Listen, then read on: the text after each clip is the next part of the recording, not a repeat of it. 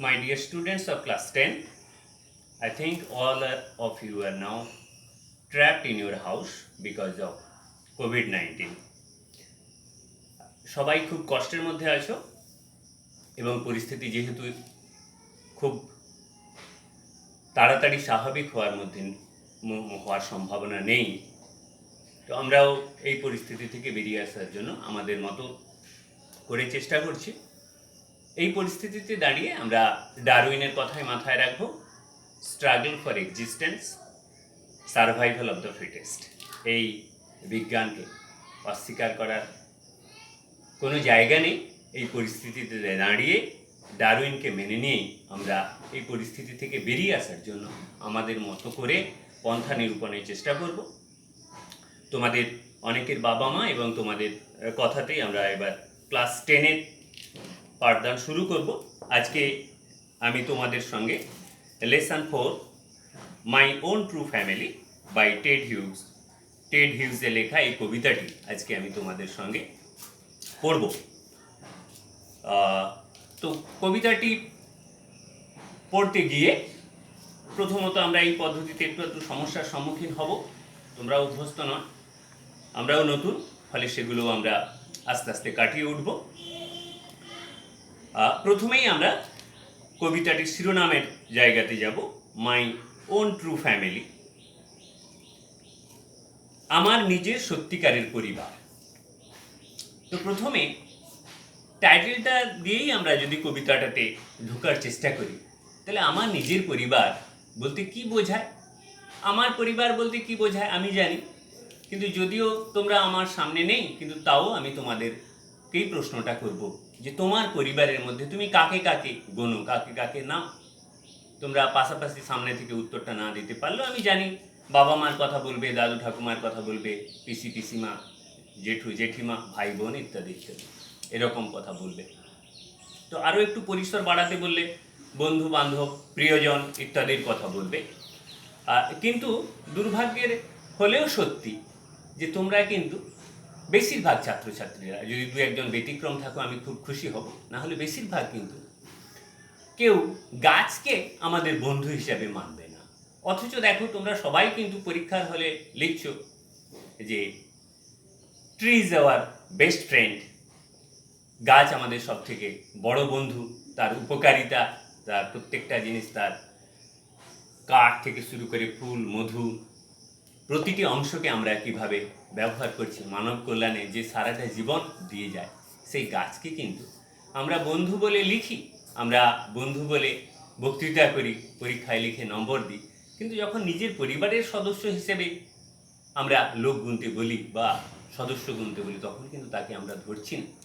আবার একইভাবে দেখো, যদি আমরা যাকে মাদার নেচার বলছি, আমাদের ধরিত্রী মা, যে আজকে দূষণের সমস্যায় জর্জরিত, বিপন্ন, ভগ্ন স্বাস্থ্যতা, তার স্বাস্থ্যের পুনরুদ্ধারের জন্য আমাদের অবিলম্বে ব্যবস্থা নিতে হবে, একথা আমরা বারবার বলছি, কিন্তু কেউই সেই ধরিত্রী মাকেও আমরা পরিবারের সদস্যের মধ্যে নিই না। অথচ দেখো নিজের মা যদি বিপন্ন হয়, নিজের মার যদি শরীর খারাপ হয়, আমরা কেমন করে ব্যস্ত হয়ে উঠি। আরও মজার বিষয় দেখো, তুমি যখন নিজের পরিবারের সদস্য সংখ্যা গুনছিলে, তখন অনেকেই যে খুব কুকুর ভালোবাসো, যে খুব বিড়াল ভালোবাসো, সে তাদেরকে নিলে, কিন্তু এই গাছকে তুমি নিলে না, পৃথিবী মাকে তুমি নিলে না। কিন্তু এই একই প্রশ্নটা যদি আমরা ওই সুইডেনের ওই যে মেয়েটা গ্রেটা থুনবার্গ, তোমরা নাম শুনেছো, আমরা গত বছর স্কুলে ক্লাইমেট স্ট্রাইক পালন করেছিলাম,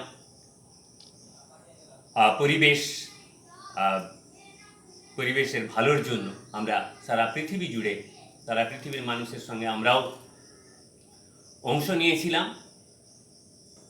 সেই ক্লাইমেট স্ট্রাইক পালন করলাম, তার আহ্বানে সারা পৃথিবী জুড়ে এখন ফ্রাইডে ফর ফিউচার আরেক নতুন আন্দোলন সূচিত হয়েছে, সেখানেও আমরা অংশ নিয়েছি।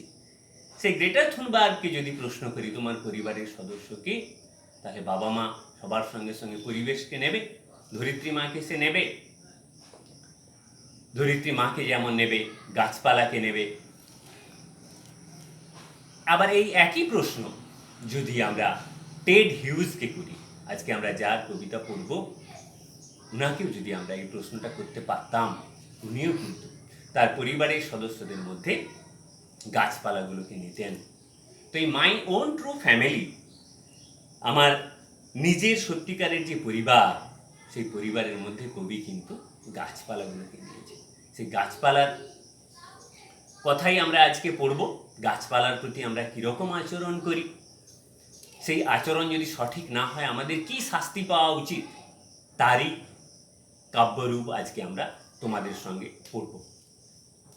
তাহলে পরিবারের সদস্য হিসাবে বিতর্কের সাপেক্ষে এবং আলোচনার সাপেক্ষে এখন তোমরা বলবে যে হ্যাঁ, আমরাও স্যার নেব, গাছকে আমাদের পরিবারের সদস্য করে নেব। ঠিক আছে, সদস্য করে নিলে, বন্ধু করে নিলে, এও মানলাম। কিন্তু এবার যদি পরের প্রশ্ন করি যে প্রকৃত বন্ধুকে, সমস্ত বন্ধুই কি আমাদের বন্ধু? না, সমস্ত বন্ধু কখনো সমস্ত বন্ধু হতে পারে না। বেশিরভাগ বন্ধুই হচ্ছে ফেয়ার ওয়েদার ফ্রেন্ডস, সুসময়ের বন্ধু। অসময়ের বন্ধুই কিন্তু প্রকৃত বন্ধু। আমরা বলি a friend in need is a friend in deed. অসময়ের বন্ধু, ওই যে সেই বনে গিয়ে ভালুক আসাতে যে বন্ধুটা গাছে উঠে গিয়েছিল, গাছে চড়তে না জানা বন্ধুটাকে ফেলে রেখে উঠে গিয়েছিল, ও তো প্রকৃত বন্ধু নয়। যে বন্ধু বন্ধুর বিপদে বুক দিয়ে আগলে দাঁড়ায়, সেই তো প্রকৃত বন্ধু। তাহলে গাছ যদি আমাদের বন্ধু হয়, পৃথিবী মা যদি আমাদের বন্ধু হয়, সে যখন বিপন্ন, সে যখন অসুস্থ, সে যখন বাঁচার জন্য চিৎকার করছে, তখন আমাদের মনে কি ব্যথা লাগে? আমরা কি তার সেই কাতর আহ্বানে সাড়া দিই? এখানেও কিন্তু উত্তরটা বেশিরভাগ ক্ষেত্রে হতাশাজনকভাবেই সত্যি হবে যে না, আমরা সাড়া দিই না। যদি তুমি বলো যে হ্যাঁ সাড়া দিই, তুমি ব্যতিক্রম, বা আমরা আস্তে আস্তে করে তোমাদের মধ্যে এই সচেতনতা তৈরি করতে পারছি। কিন্তু আমাদের এই প্রশ্ন করতে হচ্ছে, আমাজন পুড়ে গেল, পৃথিবীর ফুসফুস বলে যাকে আমরা এত বড় সম্মান দিলাম, এত বড় গুরুত্ব যার স্বীকার করে নিলাম, সেই আমাজন যখন পুড়ে গেল, তো আমরা কিন্তু কেউ কিছু করলাম না। করলাম কি? বা দেখো, অস্ট্রেলিয়ার দাবানলে যখন বিপন্ন প্রাণীগুলো হাহাকার করছে, আমরা চুপচাপ রইলাম। আমাদের দেশেও বাঁকুড়া, পুরুলিয়ার যখন জঙ্গল জ্বলছে, পশ্চিম মেদিনীপুরেও গ্রীষ্মের সময় আমরা দেখি ইচ্ছাকৃতভাবেই জঙ্গল জ্বালিয়ে দেওয়া হয়, তখনও আমরা চুপচাপ থাকি, তখনও আমরা নীরব থাকি। তো সেই নীরবতা কিন্তু প্রমাণ করে যে আমার বন্ধুর বিপদে আমরা সচেতনভাবে সাড়া দিই না। যে বন্ধু তার সমস্ত জীবন পাত করে আমাদের সেবা করে যায়, সেই বন্ধুর বিপদে আমরা পাশে এসে দাঁড়াই না। তবে আমরা অনেকে না দাঁড়ালেও কিছু মানুষ নিশ্চিতভাবে দাঁড়ান। কবি যেমন দাঁড়িয়েছেন, গ্রেটা থুনবার্গ দাঁড়িয়েছেন। আবার ঠিক একইভাবে তোমরা ক্লাস 8-এ ওই 13 নম্বর লেসনে যেটা পড়ছিলে, the man who planted trees, Jean জিয়ানোর লেখা, সেখানে আমরা সেই 55 বছর বয়সী এলজার্ড বুফের কথা শুনছিলাম।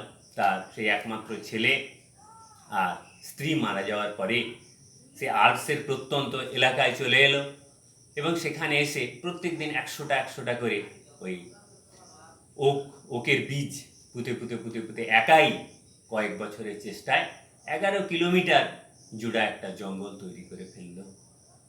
তো এই মানুষটা কিন্তু গাছের বিপদে সাড়া দেয়, গাছের ডাকে সাড়া দেয়, বা গাছকে, স্ত্রী এবং সন্তানকে হারানোর পরে গাছেদের মধ্যে নিজের সন্তানকে খুঁজে পেলেন, গাছেদের মধ্যেই নিজের আপনজনকে খুঁজে পেলেন। আবার একইভাবে তোমরা যদি সেই 7-এর গল্পটাতে যাও, 7-এর ওই আর.কে. নারায়ণের লেখা দ্য এক্স গল্পটাতে যদি যাও, তো সেখানেও আমরা দেখব সেই বুড়ো ভেলানের গল্প। তার যে হাহাকার, নিম গাছগুলোকে যখন কাটছে, শুয়ে শুয়ে চিৎকার করছে যে মেরো না, লাঠি নিয়ে তেড়ে আসছে। তারপর যখন এরা প্রশ্ন করছে, যারা ওই নিয়োগ করা হয়েছিল গাছগুলো কাটার জন্য, তাদেরকে যখন তারা যখন বিস্ময়ে হতবাক হয়ে প্রশ্ন করছে, তো কি বলছিল তার সেই যে বুকের হাহাকারগুলো যদি আমরা একটু পড়ি, তোমাদের মনে পড়বে, আরও ভালো লাগবে। ভেলান কাঁদতে কাঁদতে বলছে, Velan wept, this is my child, I planted it, I saw it grow, I loved it, don't cut it down. তাহলে এই যে হাহাকার, তার হৃদয়ের ভেতর থেকে উঠে আসা আরতি, এটাই প্রমাণ করে যে নিম গাছটা তার সন্তান সম পরিবারের থেকেও আরও বেশি পরিজন। তাহলে এটাই কিন্তু প্রকৃত বন্ধু, এই হচ্ছে প্রকৃত সদস্য। তো আমরা চাই তোমরা আগামী দিনে সমস্ত গাছকে, পৃথিবীকে, পরিবেশকে নিজের পরিবারের সদস্য বলে মানবে, পরিবারের সদস্য বলে জানবে। এই ভাবনা, এই বোধকে আরও বেশি শক্তিশালী করার জন্য তোমাদের মধ্যে, তোমাদের সংবেদনশীল মনে এই ভাবনাকে আরও বেশি জোরালো করার জন্যই কিন্তু আমাদের এই কবিতা পাঠ।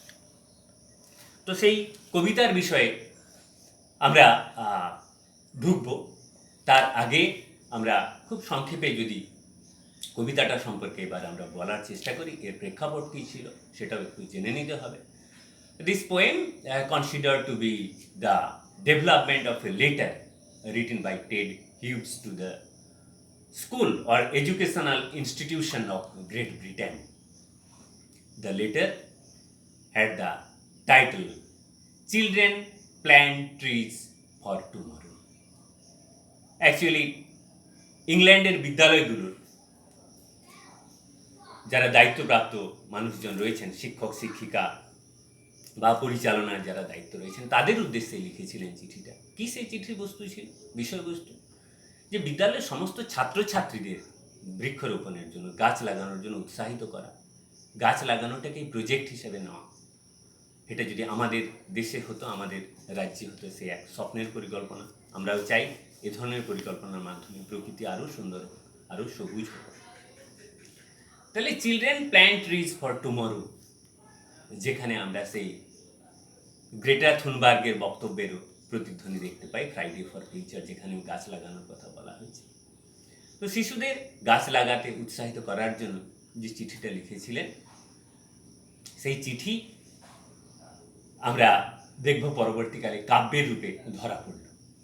কাব্যের রূপে যখন ধরা পড়ল, সেই কবিতাটি আমরা টেড হিউসের যে তার collection of poems that was published in the year 1973 by the American Book Publication. 1973 সালে যে বইটি প্রকাশিত হলো, কাব্যগ্রন্থটি প্রকাশিত হলো, তারই শেষের কবিতা আজকে আমরা যেটা তোমাদের সঙ্গে পড়ব। তো মূল কথা ছিল পরিবেশ ভাবনা। গাছ গাছ কেটে ফেলা হয়েছে নগরায়নের নামে, শিল্পায়নের নামে। In the name of industrialization and urbanization, we are mercilessly cutting and felling the trees.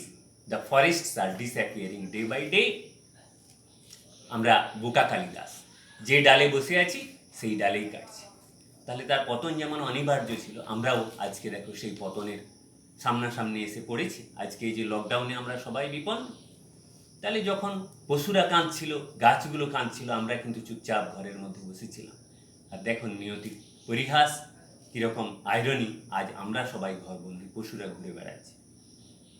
কিন্তু এরকম হওয়ার কথা ছিল না। আমরা যদি পারস্পরিক সম্পর্কটা মাথায় রেখে প্রত্যেকের যত্ন নিতাম, হয়তো বা এই পরিস্থিতির সম্মুখীন হতে হতো না। কিন্তু লেট বেটার দ্যান নেভার, বিলম্বিত বোধত হলেও আজকে আমরা বুঝতে পারছি পরিবেশের যত্ন নিতে হবে। সেই জায়গায় এই কবিতাটি পড়া আরও বেশি প্রাসঙ্গিক বলে মনে করেছি, এবং সেখান থেকে তোমাদের জন্য এই কবিতা নিয়েই আমরা আলোচনা শুরু করছিলাম। তো এই কবিতাটিতে আমরা যদি সংক্ষেপে দেখি, গল্পটা কীরকম? A little boy in search of A stag entered into a forest. একটা ছোট্ট ছেলে ওক ফরেস্টের মধ্যে প্রবেশ করলো ওই হরিণ খুঁজতে গিয়ে। There he met an elderly woman with a noble stick and rag. এক বৃদ্ধ মহিলার সঙ্গে তার সাক্ষাৎ হলো, থুতথুড়ে বুড়ি, যার হাতে একটা লাঠি রয়েছে। কে এই বুড়ি, সেগুলো আমরা নিশ্চিতভাবে আলোচনা করে নেব। তার আগে গল্পটা একটু জেনে নিই। তো সেখানে বুড়ি বলল যে, তুই কি খুঁজছিস? আমার এই ব্যাগের মধ্যে আছে। তো বিস্ময়ে কাঁপতে থাকা ছেলেটি যখন ব্যাগের দিকে তাকালো, আমরা সে একটি নতুন জগতে প্রবেশ করল। It may be the world of dream, may be the world of fantasy.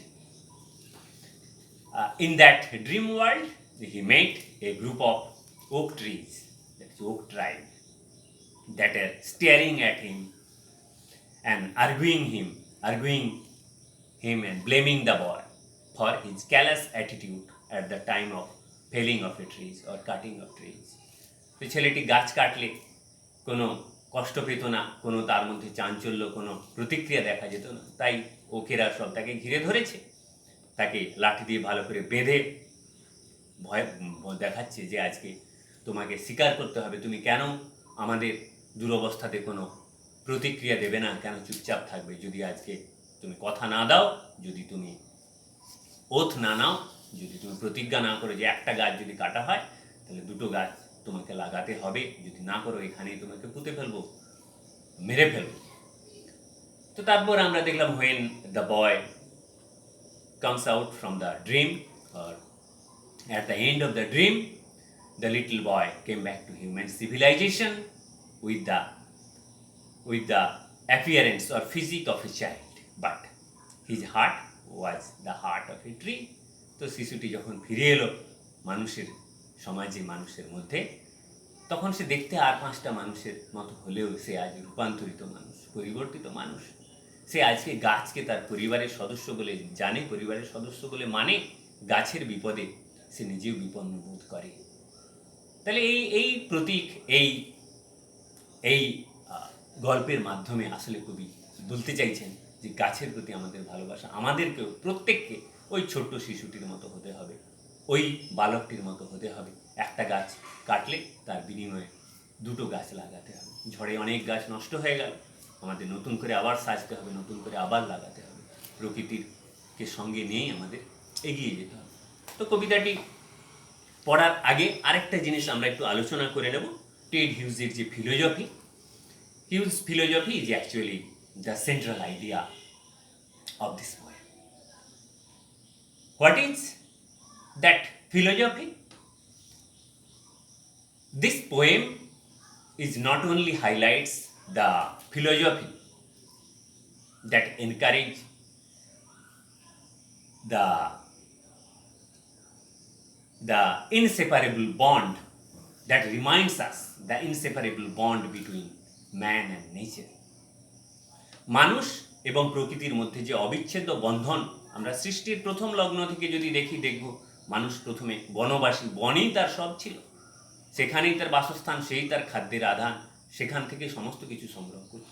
কিন্তু দেখো সভ্যতার বিবর্তনের সঙ্গে সঙ্গে আমরা বনকে কত দূরে সরিয়ে দিলাম। বন থেকে যত আমরা দূরে সরছি ততই কিন্তু আমরা বিপন্ন বোধ করছি। এখানেও তার নিজস্ব যে বক্তব্য, the moral development of humanity is possible only through the perfect bonding between man and nature. মানুষ আর প্রকৃতির মধ্যে যে বাঁধন সৃষ্টির আদি লগ্নে যেটা নিবিড় ছিল, যেটা খুব শক্তিশালী ছিল, সেটা যত শিথিল হবে আমরা তত বিপন্ন হব।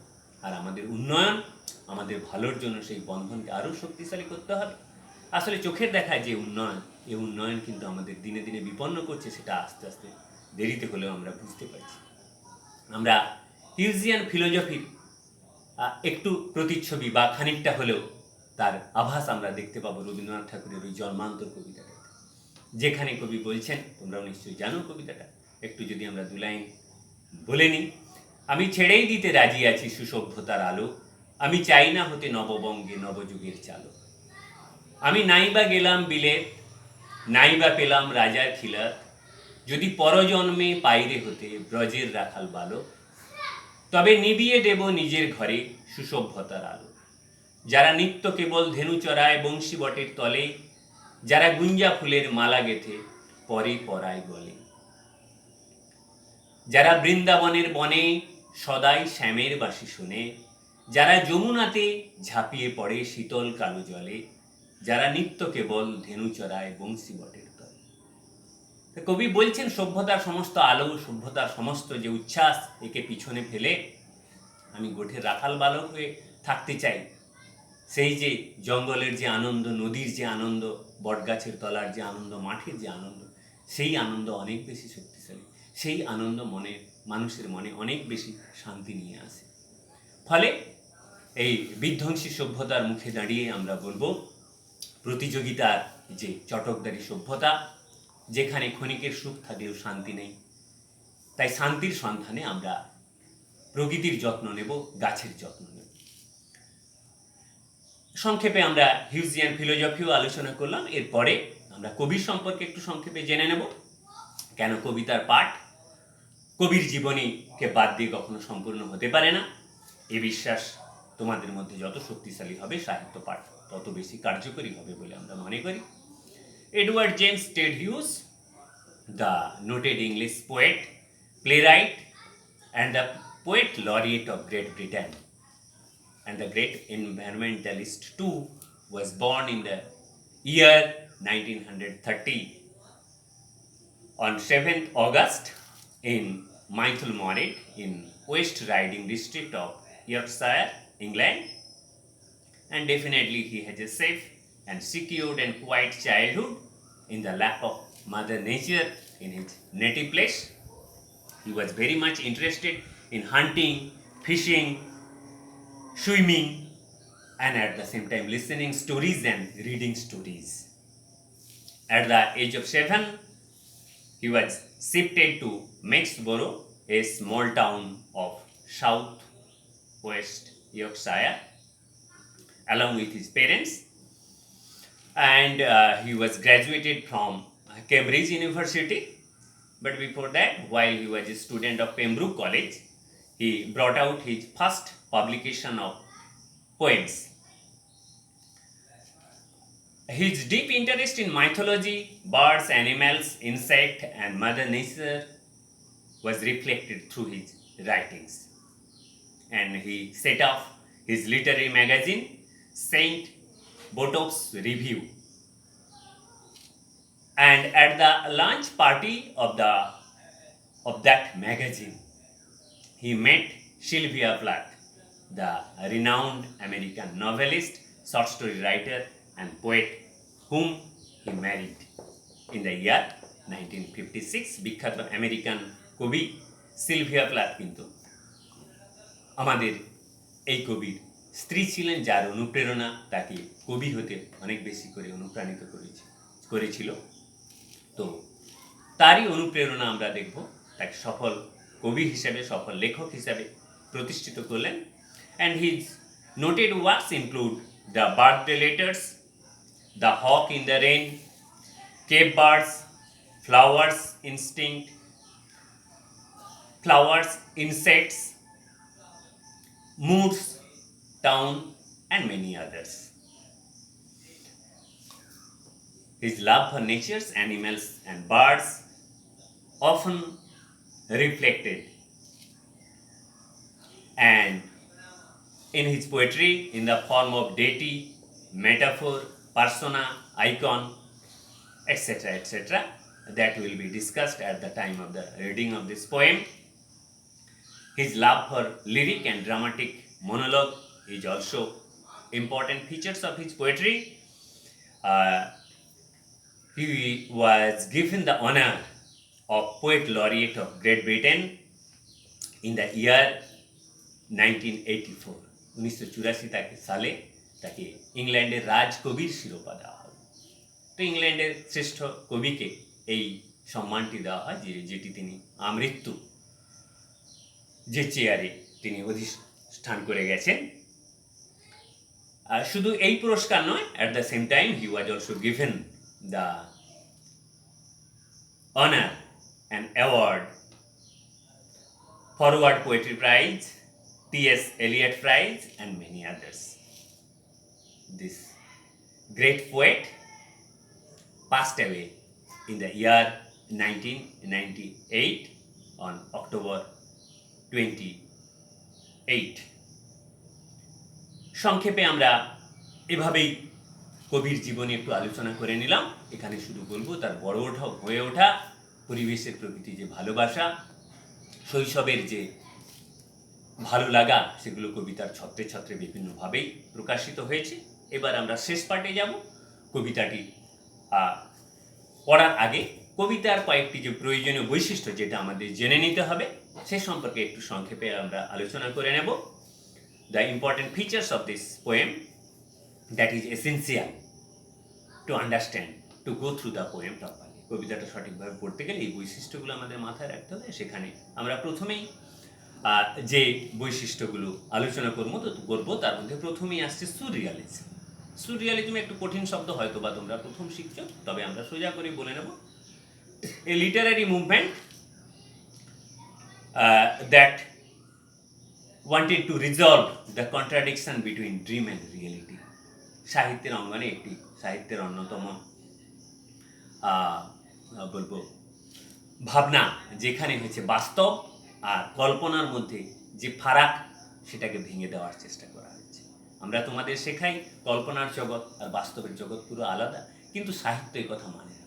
সাহিত্য হচ্ছে হৃদয়ের স্বতঃস্ফূর্ত প্রকাশ। সে কখনো নিয়ম মেনে চলে না, সে কখনো ব্যাকরণ মেনে চলে না, তাকে নির্দিষ্ট ছকে আমরা বাঁধতে পারি না। That is why the poets and the literary person who believed this theory, they wanted to make literature free from the dominance of reason and conscious control of human mind. আমাদের মধ্যে যে sense of reasoning and the conscious control, সচেতন যে ভাবনা, এগুলোর মধ্যে আর কল্পনার সঙ্গে স্বপ্নের সঙ্গে যে ফারাক, সেটাকে দূর করার চেষ্টা করা হয়েছে। যে সাহিত্য নিজের স্রোতে এগিয়ে যাবে, সেটা এই কবিতাটা পড়ার ক্ষেত্রে খুব জরুরি। কেন দেখো, আমরা কবিতাটার মধ্যে দেখবো যে ছেলেটা একটা স্বপ্নের জগতে ঢুকে গেল।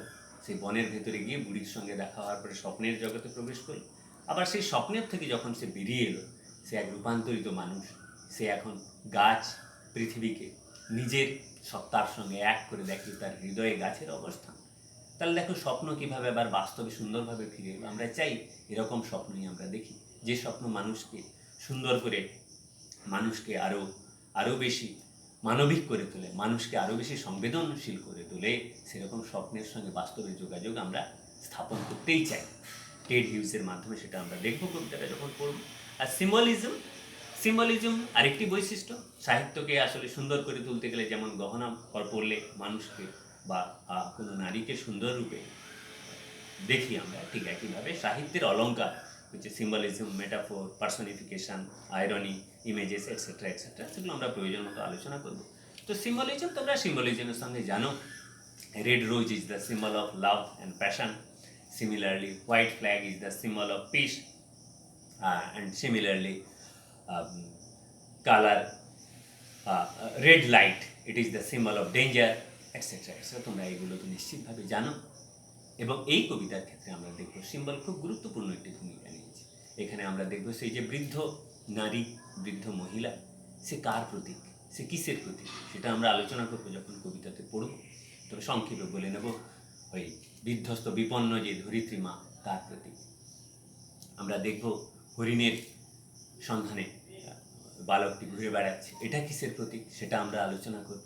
আবার একইভাবে আমরা দেখব সেই ব্যাগের ভেতরে, ব্যাগের মধ্যে ছেলেটা তাকাচ্ছে কি আছে, ওই ব্যাগটা কিসের প্রতীক, সেটাও যখন কবিতাটা পড়ব আমরা সেটা আলোচনা করব। এইভাবে আরও যে সমস্ত প্রতীকগুলো কবিতার মধ্যে আছে সেগুলো আমরা আলোচনা করে নেব। আর 3 নম্বর বৈশিষ্ট্য আমরা মাথায় রাখবো আরেকটি important figure of speech, personification. What is personification? ব্যক্তিত্ব আরোপ করা হয়। When the object of a nature is attributed the quality of a human being, this technique is called personification. আমরা গল্পগুলোতে দেখি না, খরগোশ কথা বলছে, গাছ কথা বলছে, পাখি কথা বলছে, নদী কথা বলছে। এখানেও আমরা দেখব ওকেরা কথা বলছে, ওকের জঙ্গল কথা বলছে। তা এটা হচ্ছে পার্সনিফিকেশন, এটা মাথায় রাখবো। ঠিক একইভাবে মেটাফোর, ইমেজেস এবং অন্যান্য আরও বৈশিষ্ট্যগুলো আছে, সেগুলো আমরা নিশ্চিতভাবে যখন কবিতাটা পড়ব তখন আলোচনা করব। তো আজকে এই পার্ট 1-এর ভিডিওটা আমরা মোটামুটি সময়ের যে নির্দিষ্ট নিয়মের কথা মাথায় রেখে এখানে আমরা শেষ করব।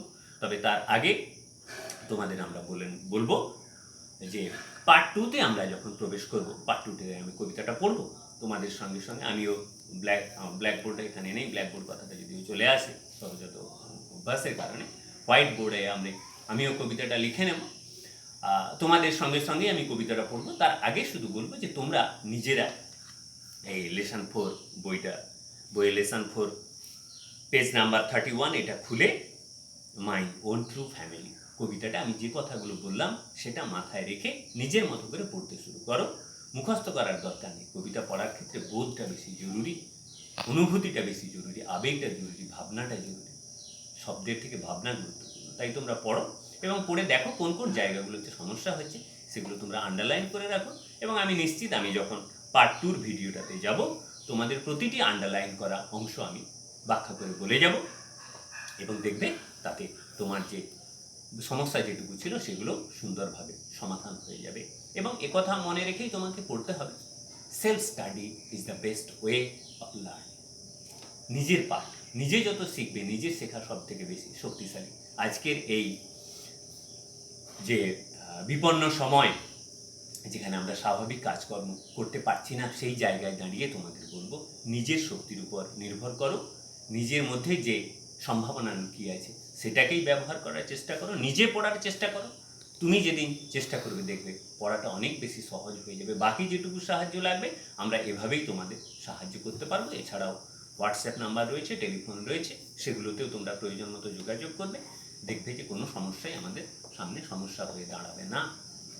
Self help is the best help and self confidence is half it। এই কথাগুলো মাথায় রেখে আমরা পার্ট 1 ভিডিওটি এখানে শেষ করছি। পরের ভিডিওতে আবার দেখা হবে।